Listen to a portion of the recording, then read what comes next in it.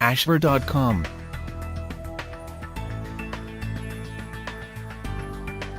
Hello, welcome to ashver.com. You are watching interesting video on 10 things you should know about chemotherapy.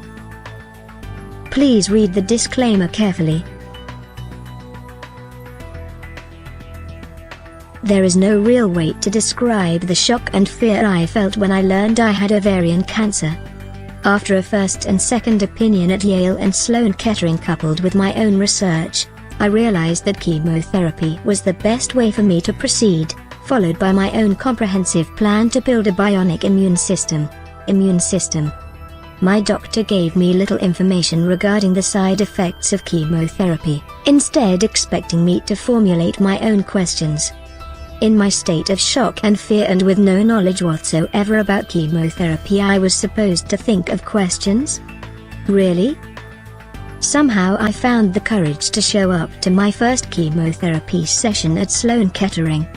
It was in the middle of possibly one of the worst snowstorms ever in New York, so I had to stay overnight in New York City. Many people rescheduled, so there were more nurses than patients for my first time, which never happened again at Sloan Kettering. The nurse was kind and told me not to be nervous, but the one thing my doctor had told me was that some people can have a negative reaction to the chemo, though she assured me they could handle it.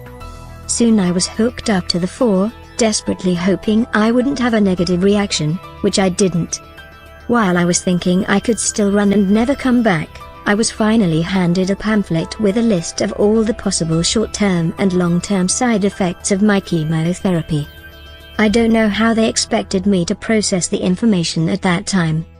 I finally read it over the next few days at home, but found that there weren't any practical tips to get through my treatment. I managed to get through all 6 chemo sessions over 3.5 months without any permanent side effects, and without missing any scheduled sessions due to short-term issues. However, I spent all this time frantically trying to catch up on my research to minimize the risks and side effects. My focus now is on strengthening my immune system, but I would like to share some tips that I hope. 1.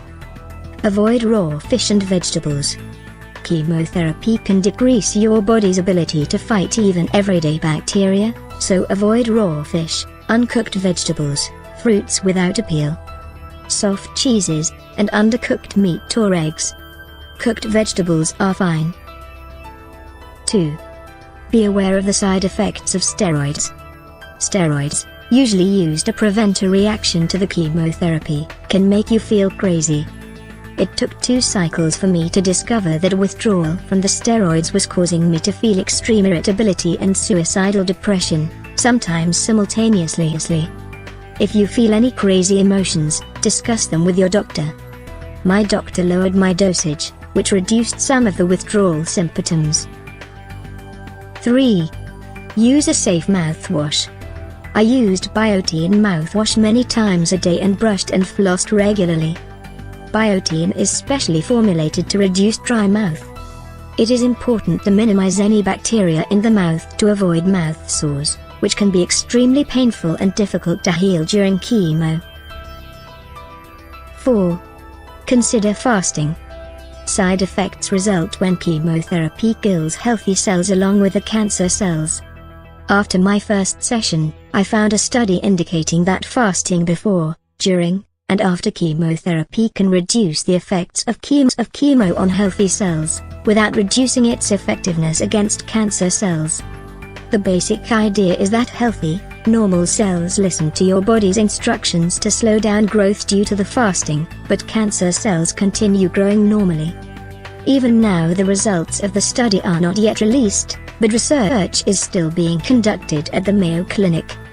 My doctor advised against fasting, mainly because studies have not been completed, but I did it anyway. I feel like fasting was one of the main reasons I got through my treatment without any serious side effects, other than 5. Avoid public places. Avoid public places as much as possible, especially doctors' offices and places with large crowds. When I did go out in public, I brought Pure along as my new best friend. This happened in the middle of one of the worst winters I could recall, and during the cold and flu season. I took this very seriously and stayed home a lot. Yes, at times it got extremely boring. The biggest challenge was not getting near the kids when they were sick. Fortunately, my husband was able to work at home anytime the children needed to be taken care of. 6. Compensate for nutritional deficiencies. Find out what nutritional deficiencies can result from your type of chemotherapy, and research what foods can be used to compensate. For example, my type of chemotherapy resulted in the loss of magnesium, so I ate spinach, beans, and nuts to compensate. I also was terrified of neuropathy because a high percentage of people got this on a temporary or permanent basis. I ate foods rich in vitamin B and protein such as beans, chicken, and whole grain bread to compensate. I heard nurses giving people bags of magnesium at the end of treatment if their blood tests showed they were depleted, but I always tested fine in my magnesium levels. I never once heard a doctor or a nurse advising the patients to supplement their diet, which I never understood. Why not at least inform people of food choices that might be beneficial and let them decide? 7. Accept help. Don't hesitate to accept help when friends offer, but make sure it is help that will be beneficial for you. I turned down some offers that would have been more of an effort for me than a benefit. This isn't the time to worry about offending people or following society's rules. This is a time to focus on your health and safety, so you can ultimately be there for those that you care about. 8. Exercise. Try to exercise to minimize fatigue.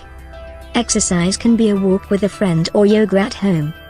Before chemotherapy, I was able to bench press more than my body weight and do more pull-ups than many guys, not to brag, but after my surgery and during treatment I could barely do any exercise, and could only work out for 20 minutes.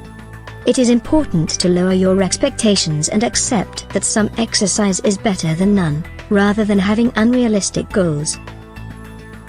9. Use a cold cap. Consider using cold caps to avoid hair loss. They work on a similar philosophy to fasting, basically by slowing down the growth of hair follicles so they don't absorb the chemicals during treatment. They were still very new, and not approved by my doctor at the time I went through treatment. Furthermore, I didn't hear about them until after my first session, so it would have been too late for me to save my hair. But recently I have noticed brochures in the doctor's offices. 10. Buy only one wig. Take a friend or spouse with you when shopping for a wig and buy it before you lose your hair. Buy only one wig so you have time to see if you will use it at all. Don't be manipulated by people who want to make money knowing you are in shock and vulnerable. I have a law degree, not a medical degree, so always check with your doctor before making any medical decisions, but don't blindly trust your doctor either. Always remember that the doctors, friends, and support system you select to help you through chemotherapy are your team. You are the team leader, so ultimately any decisions are yours to make. If you or someone you love is going through chemotherapy, my heart goes out to you and I hope this helps. Cheers to good health. Thank you for watching this video. This channel offers motivational, inspirational, valuable and informative videos to soothe, cleanse and inspire your health, mind, body and spirit. You can find lot of interesting videos on wide range of topics here. Stay tuned and keep watching.